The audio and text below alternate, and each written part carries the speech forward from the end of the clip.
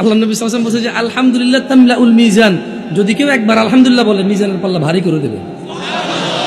মানে দেখেন, আসমান আর জমিন সুবহানাল্লাহ বলে নাকি পরিবর্তন হয়, কিন্তু আল্লাহ নবী বলছে যে যদি কেউ আলহামদুলিল্লাহ বলে, ওর আমল নামার এই আলহামদুলিল্লাহ যখন পাল্লায় রাখা হবে তখন ওর নেকির পাল্লা ভার থাকবে। তারপরে তো কেমন আছেন বললে বলা যায় বালা নাই, বালা আছে।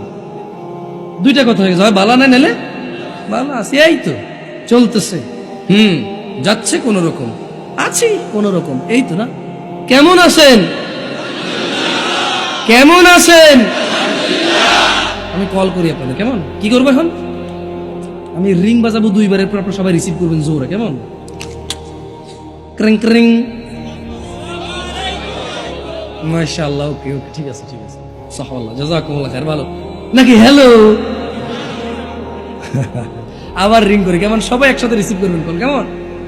ক্রিং ক্রিং। ওয়া আলাইকুম আসসালাম। আচ্ছা, এখন ঘর, এটা আপনার ঘর, সবাই এখন বাসা আসবেন নিজ নিজ বাসা, কেমন? এটা সবার বাসা। দরজার বেল বাজাবেন, আমি দরজা খুলবো বাসা থেকে, কেমন? কি বলে ঢুকবেন? সবর সবর সবর, আগে দরজা খুলি ভাই, হ্যালো দরজা খুলি ভাই, লা ইলাহা ইল্লাল্লাহ।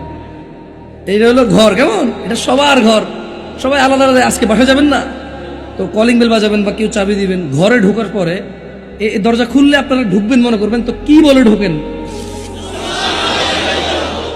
বউরে সালাম দিছেন, আস্তাগফিরুল্লাহ, কি শরমের কথা, বউরে সালাম দিছে জামাইয়ে। আচ্ছা, আবার দরজা খুলি, কেমন?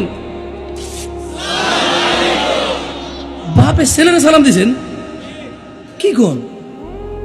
বাপ হইয়া ছেলেরে সালাম, হ্যাঁ? দেখেন কিছু লোক শরম পাইতেছে। ঘরে কেউ না থাকলেও ঢুকলে সালাম দিয়ে ঢুকতে, বুঝছেন তো? আচ্ছা, এবারে ওই যে সুইচ বন্ধ করে ঘুমাবো, কেমন?